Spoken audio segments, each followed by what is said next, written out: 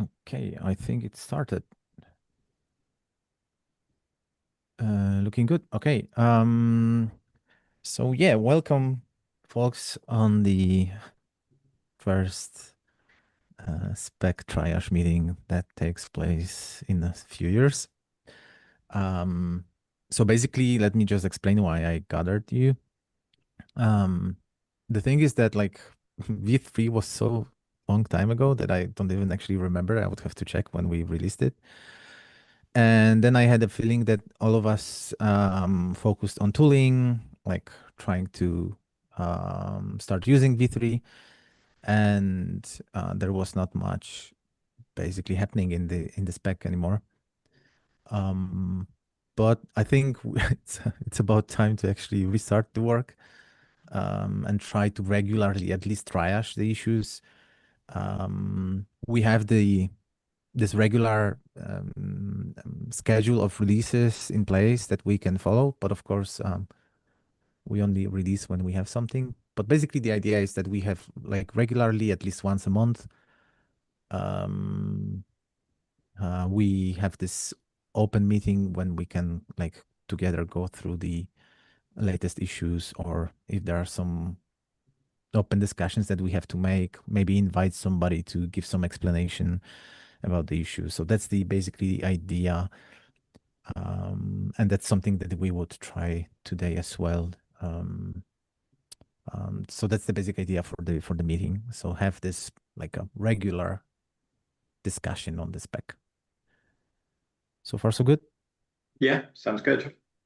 Okay, and from the spec perspective, so like I'll just suggest how we can do it, because I basically do it already this way for the generator. I have like with other maintainers of generator, we meet every 2 weeks and we triage the work. So I'll just show you how we could do it, and then you just tell me what you think about it.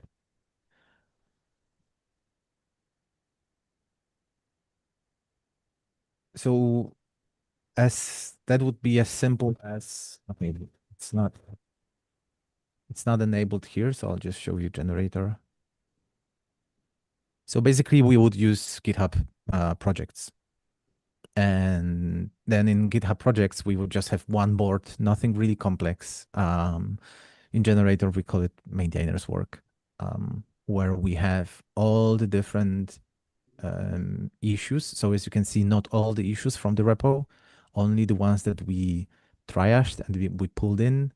And then it's pure, like really not complex board where we just track the progress and see how the work is going. And that's it basically. So we basically have the board. We let's say, for example, now today I'd like to discuss the oldest pull request, so the new binding from Siemens, and then once we agree that's actually ready, we want to work on it and push it for the release. Then we would basically pull it into the board. So put it in the right column, and then again regularly work on the item to push it through columns basically until the end. So really nothing complex, no super difficult processes, as simple as that. And All right. sounds good? Or Yeah. okay. Okay, cool. So after the meeting, I can create the board and I can pull in the first items we're gonna talk about. Sure.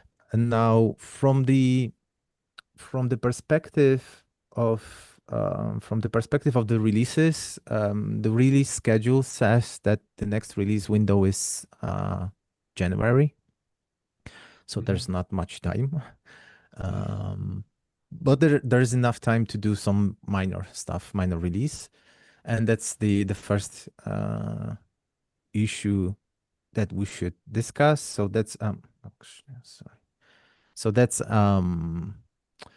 actually one of the pull requests and issues that like made me thinking that we should actually really start doing these meetings and push things forward, because in async way it's pretty hard to to complete things, because like as you can see, it was done really long time ago. This new binding, like Siemens already even developed some open source project to deal with these and support async API in this in robotics world.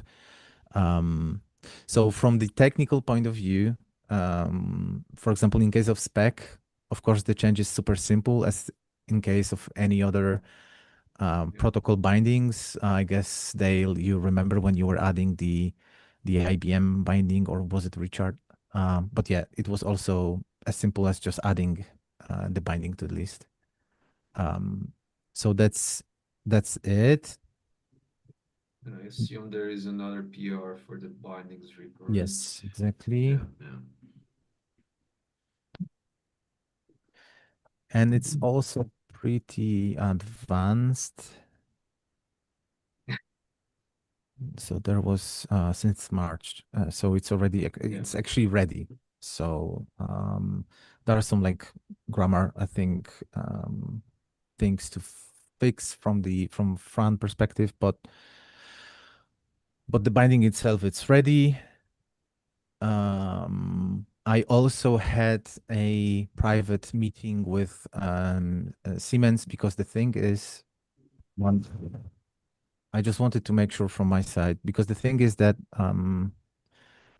for now they just added the binding. One more thing they have to do here is add their names to the code owners. So I had this like a private meeting where I can sync with them, and we usually don't do it. But the thing is, like Siemens is a big corporation, and the thing is, we have this bad experience with where is it? The one from MuleSoft. Anypoint MQ, it's not in the list even. So yeah, there's this anypoint MQ binding. And the problem we have is that it was contributed some time ago from a guy from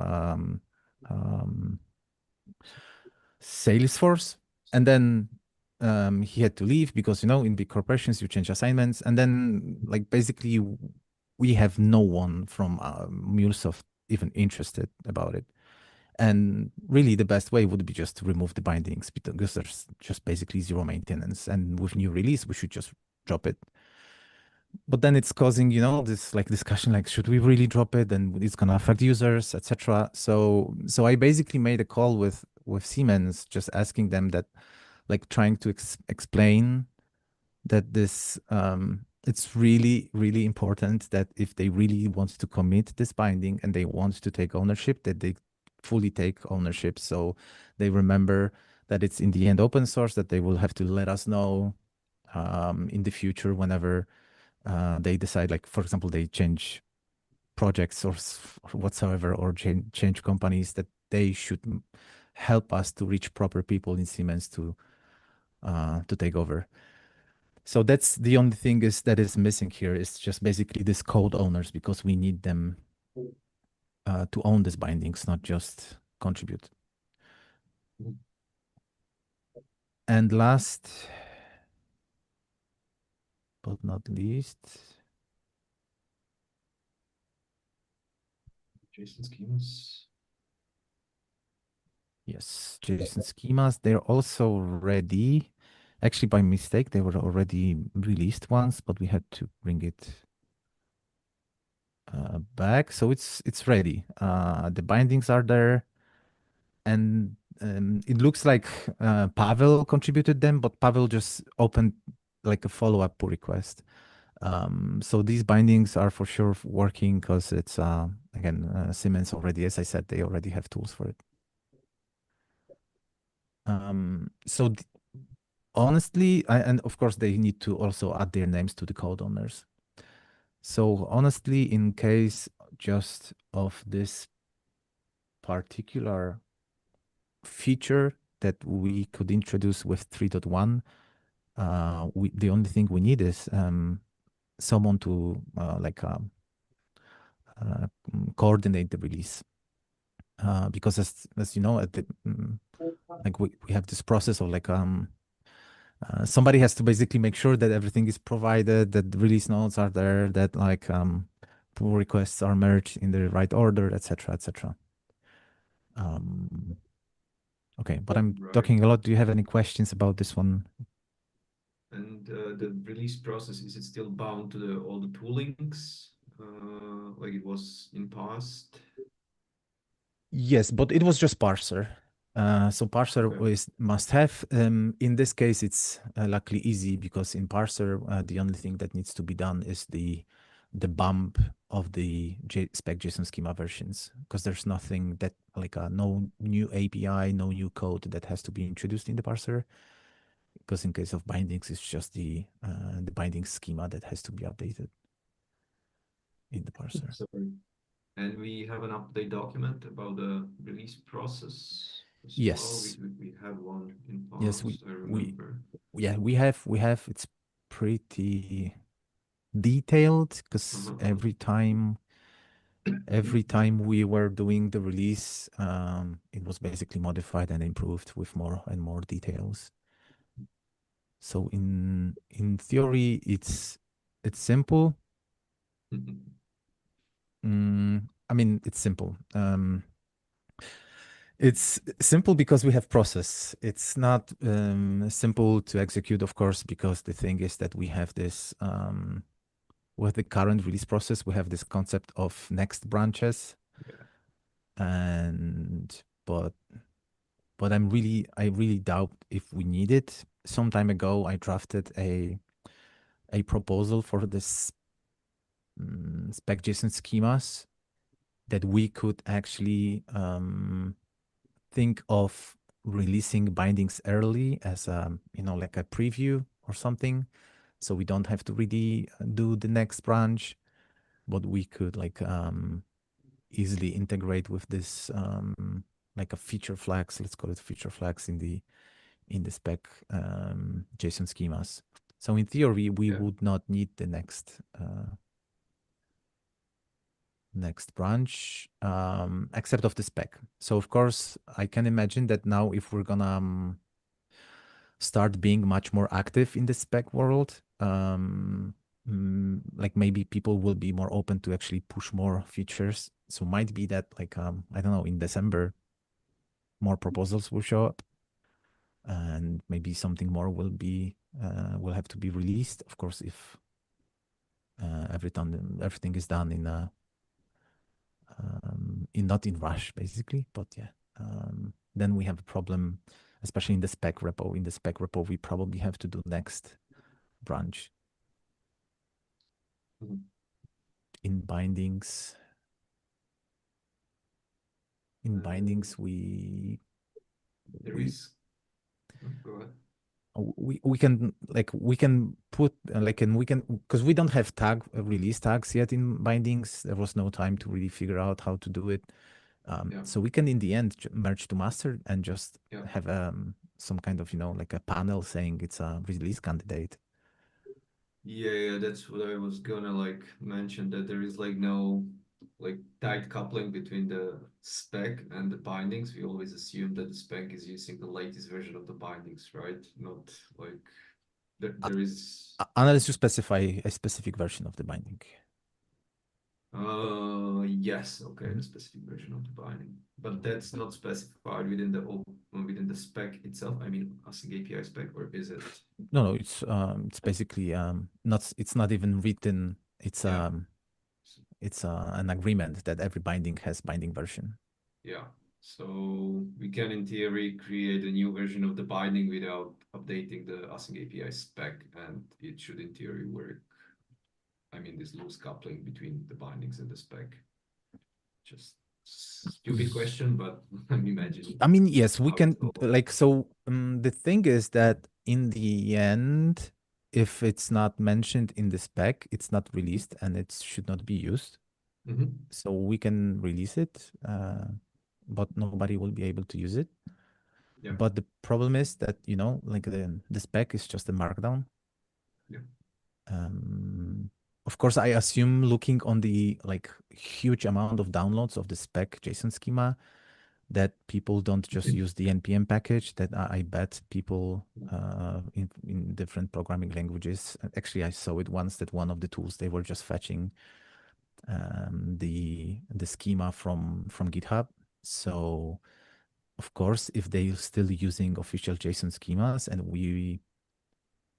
so they would not be able to use the binding because it's not in the JSON schema. So it would fail Okay, in the we get it. validation process. Right. But the source of truth is still the markdown and not Yes. the JSON schema. Mhm. Okay. All right. Yes. So yeah, but Fran is not today here. I remember that a few weeks ago he volunteered to do the release candidate work. Mhm. That's something we would have to clarify if he's still. Yeah, I was reading his newsletter today. Yeah, but we still have 1 year, so so it's Yes, that's a good news. it's good news. So yeah. Although next Okay, year, Um, I all right. think he means June, but yeah. If you're so one of the things I asked when the PR for this went through that I didn't really understand, I never really got to an answer was why have the version number in the binding name? Like Oh why yeah, not just have an ROS binding that could have its own version number under the covers, but it's because with MQTT, the fact that we've got MQTT and MQTT5 feels suboptimal. Like, especially if there's going to be an ROS3 and an ROS4, like how many separate binding names do we want? Good point. But I'm saying this as someone who had never heard of ROS before this PR. So like I realize I'm super ignorant. Like for all I know, ROS2 is just going to be the name forever in like so it might be sensible, but it is definitely a question, not an assertion. but you mean the answer that they provided was not clear enough? Because I know that they wrote something. I just don't remember what they wrote. I think it was on the spec PR, not the bindings one, that I asked it. I think. Oh yeah. Yeah, there we go. Yeah, that's the So only they were thing. focusing, I think they thought I was asking why not support ROS 1. And they were saying, well, we don't need to support ROS version 1 because it's end of life. But I was more sort of looking ahead to 3 more than worried about 1.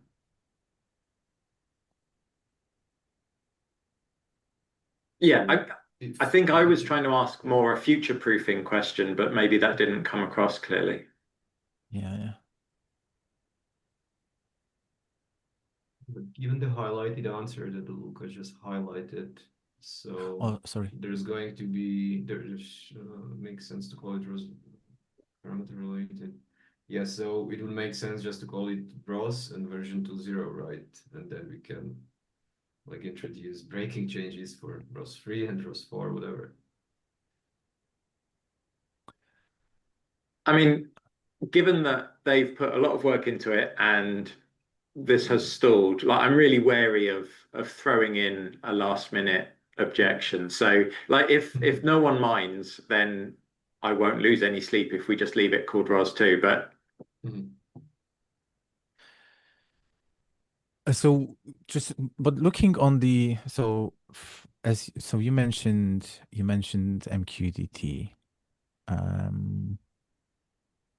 and the latest version is MQTT 5, right? Of MQTT? No. no, I think MQTT 5 is kind of abandoned now, and MQTT Okay. is going forwards the one we use. Okay. And 3 and 5. Yeah, it feels like having an MQTT 5 was a bit of a mistake, Mm-hmm. and that it better to have, like we've got with MQTT now, an overall protocol that has versions.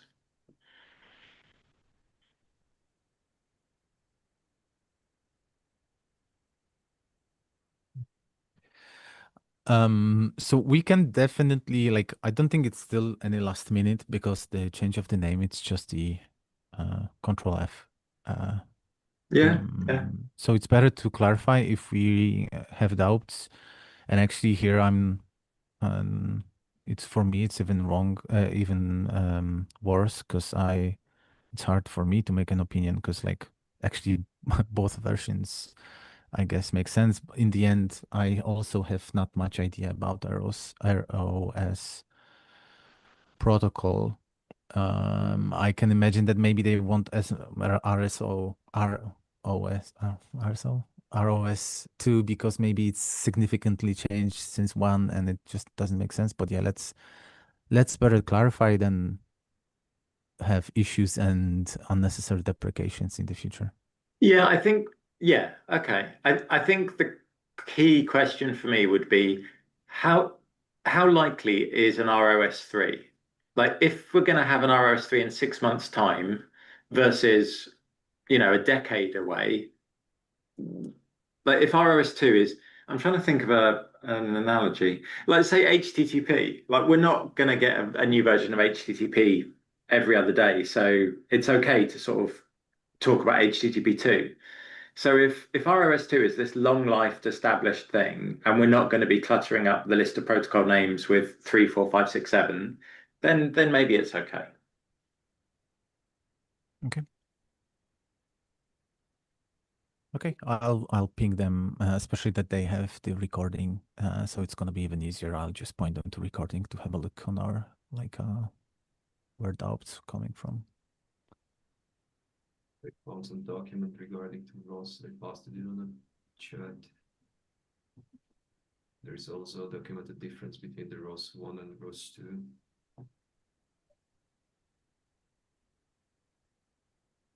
Yeah.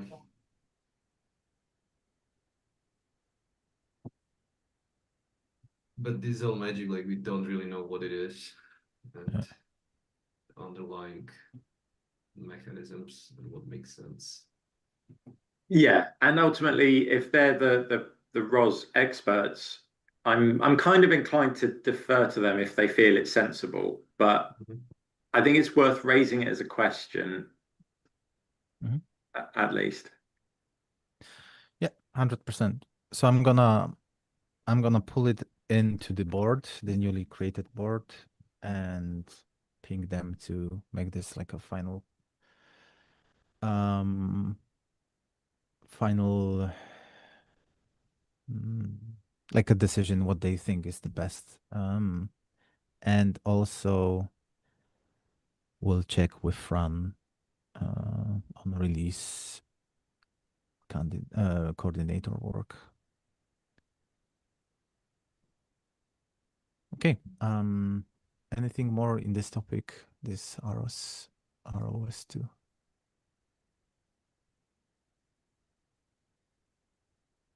No. Okay. Cool. We have two more pull requests. One is docs. I think we can easily just it should be an easy just fix that we can push to master. Let me clarify because I had discussion with this guy in the issue. Let me just onboard you.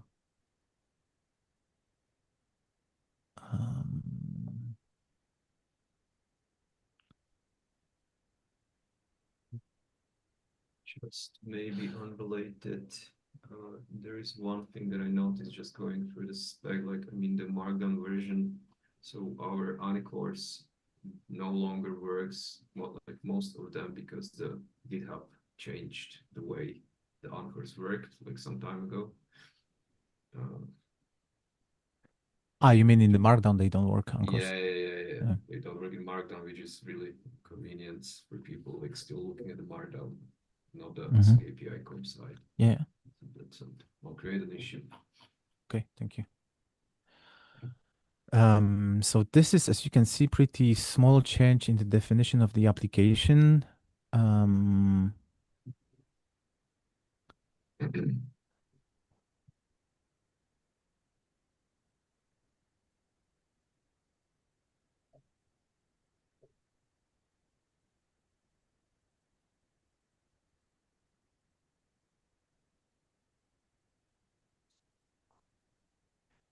Yeah. Yeah, so now I remember. So it was basically like basically this guy like shared an opinion that like we're just not specifying enough about the definition of the application. Like for me it was obvious, for him not, and that's why we I just told him like add this one more line to the application, like to like clearly specify. So that's fairly simple to approve.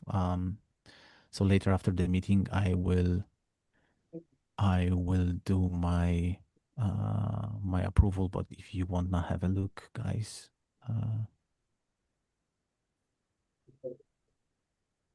Reading the That was me. I sentence. clicked on update branch. Oh, okay. Mhm.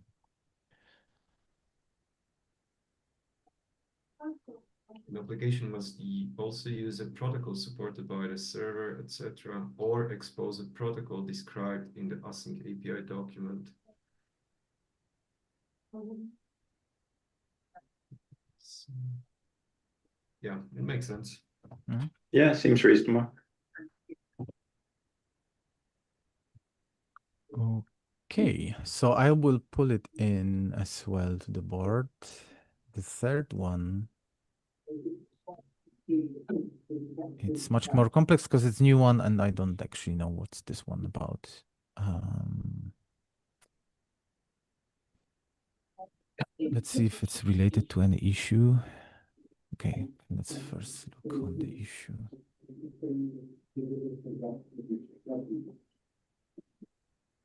No, I don't think it is. I think it's that. So that's So I should declare an interest here. The person who raised this is an IBMer who works on the same product that I do. We were looking for a way to describe a Kafka connection where both a mutual TLS cert and username and password is required.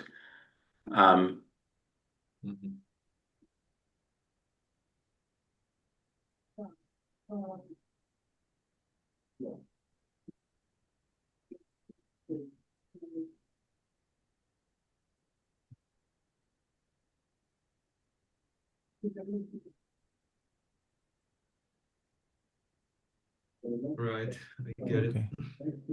Yeah, and what's the... Let's have a look what's proposed.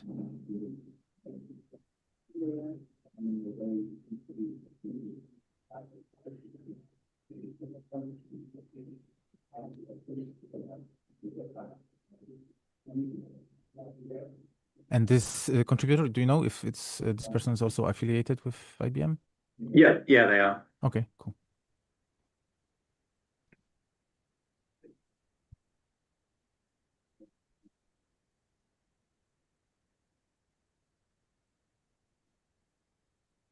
The current state is described there.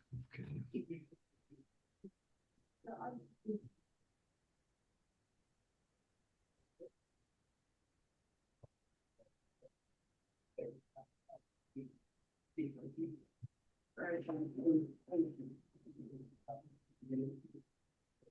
Is it technically a breaking change? I'm looking at it now, trying to.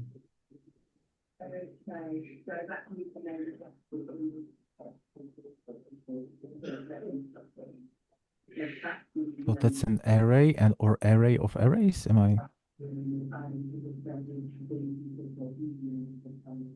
Trying to decipher it. No, it's not a breaking change, so it's adding a union of two different ways of writing it. Yeah, so you either have arrays, a security yes. scheme or a list of Yeah. security schemes. Yes. Mhm.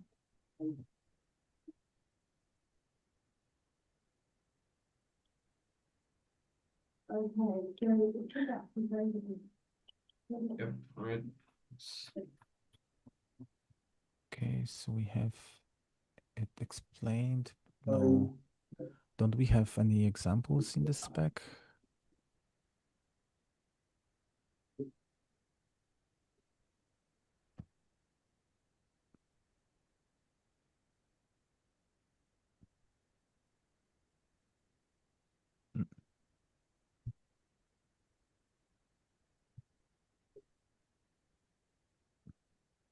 Okay, and what is here? We do, but it's basically like a list of securities currently. This is what it describes.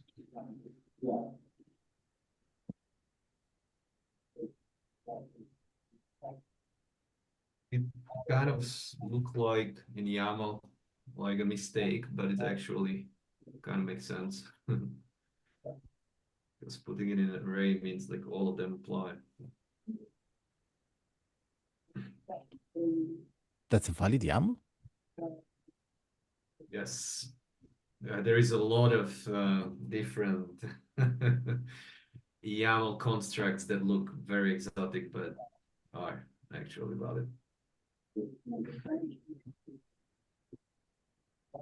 So you create an array and then you add it to the right, and that's another array within the array. So, Okay. but yeah, Array of arrays. Yeah, okay. it looks like an error, but it's not. Should make sense.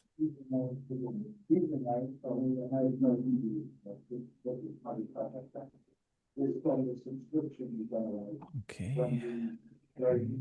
And this is basically like something that could be used for documentation, or that's in a documentation for the example. No, it's actually okay. So we created a markdown that explains more. Yeah.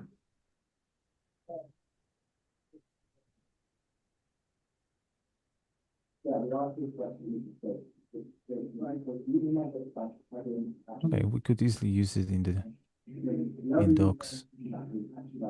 And if you go there, then it probably, do you want to go further, like having a combination of nesting, like or and, you know, on different levels? It would allow you to do like, you have two security schemes, so either one or another, or it allows one and another, and then that's it. Do we want to go further with further combinations? Is it even warranted if you go this way?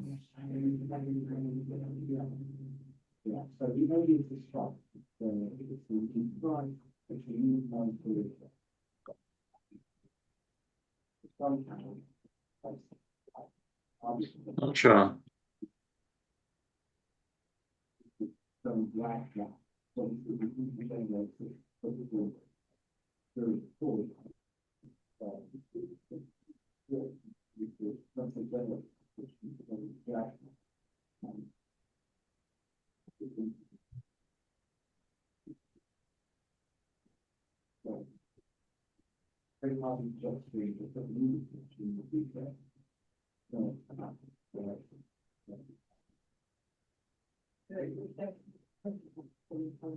Well, anyway, it's an interesting case, like multiple types of authentication needs to be present or be authenticated.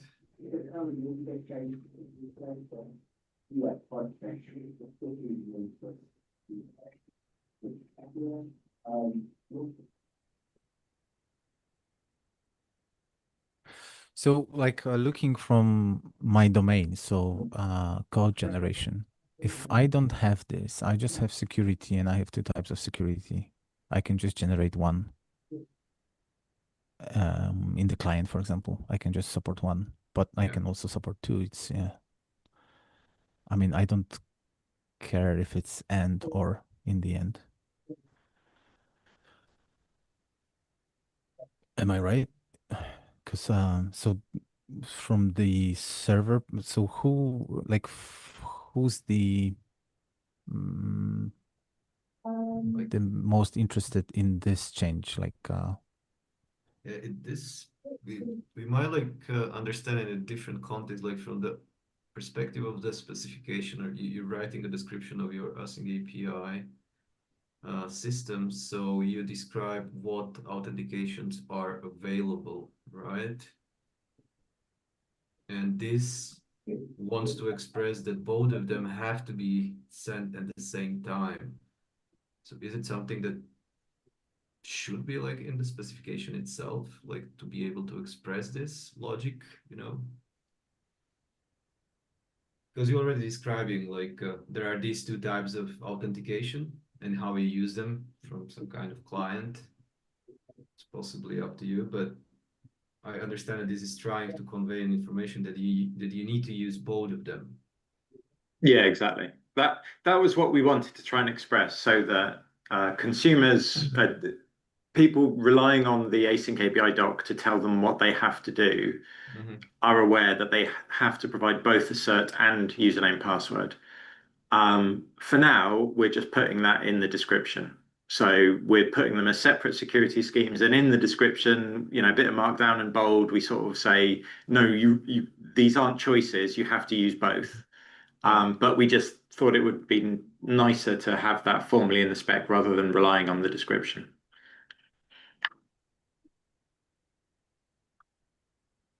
All right, but like the same point, when you have like even more complex authentication system, and you have described 7 mechanism and only need to like send 3 of them in parallel to be successfully authenticated, it's like a very specific use case in my mind. But I understand the motivation. Yeah, no, I think it's a fair comment. But then does the order matter? Yeah, well, you can express the order by the list itself, which is already like ordered sequence of authentication. So you can use that fact because it's guaranteed. But like expressing the 3 of 7.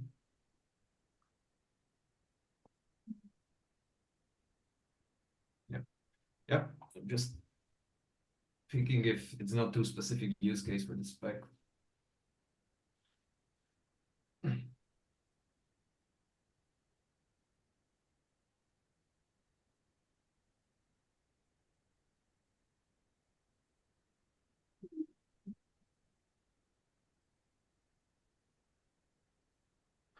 Also, I'm not sure what it means that it's common in financial API, because I haven't, at least the APIs I played with, they use usually WebSocket, and there's usually just one authentication.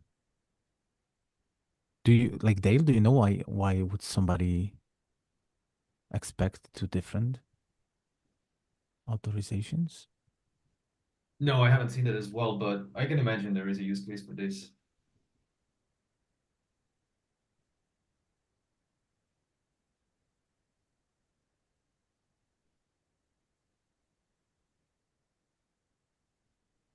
There is an OAuth and there is a API key.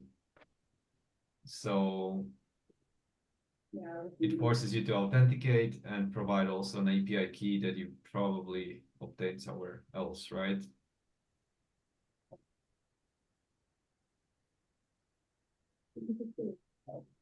Yeah. Like, it's not that exotic, I would say.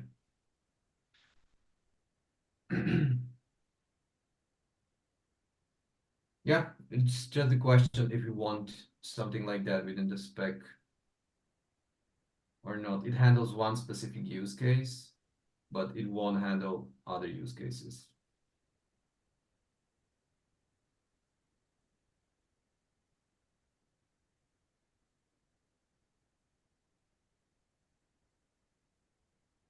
Okay, anyway, it's something to think about. So I would just suggest that we just commit ourselves to have a deeper look and drop our comments. I'll just pull it into the board that I'll create after the meeting. Cool. Just Thanks. chat about it. And I would not pull in more things. My suggestion is that the first meeting we come to the end, because I still want to create the board and like drop some update.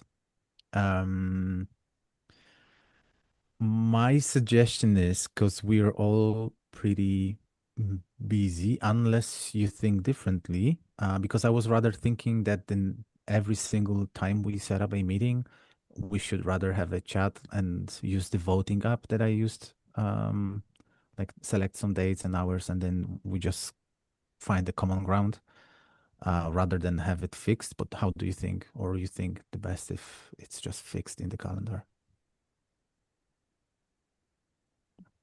Because it's I'm happy to try either.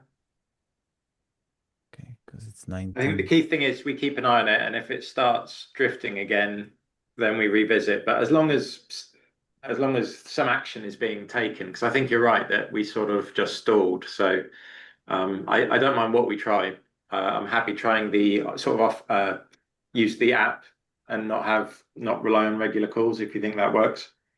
Mhm. I mean, I already in the issue I committed that I can be responsible for making sure that we have the meeting, and so that's fine. I mean, it's not a problem really. Actually, it's better to agree on time with the app than later on reschedule or do something different. It's just I just have to generate the link, etc. That's it. So okay, so if you don't mind, then let's keep this way. Yep. Next meeting December. And we're of course offline connecting with each other. In my action items, I have the ROS topic to get clarification from Siemens and Fran on, and it's still feasible, I would say, for January release, because there's not much really that has to be done. In case of the docs, it's pretty straightforward. So please, folks, if all is good from your side, just approve the pull request on the application We already did. definition. Okay, cool. Thank you, Vladimir. And last but not least is this pull request. So yeah, let's make sure we kick off discussion and get some Yeah. more clarifications before next meeting. Yeah, and I'll create issue for this anchors within the doc, within the AsyncAPI Markdown document, and I'll try to fix it Awesome. so that it works for the next version. Thank you so much. Okay. Any other topics before we finish?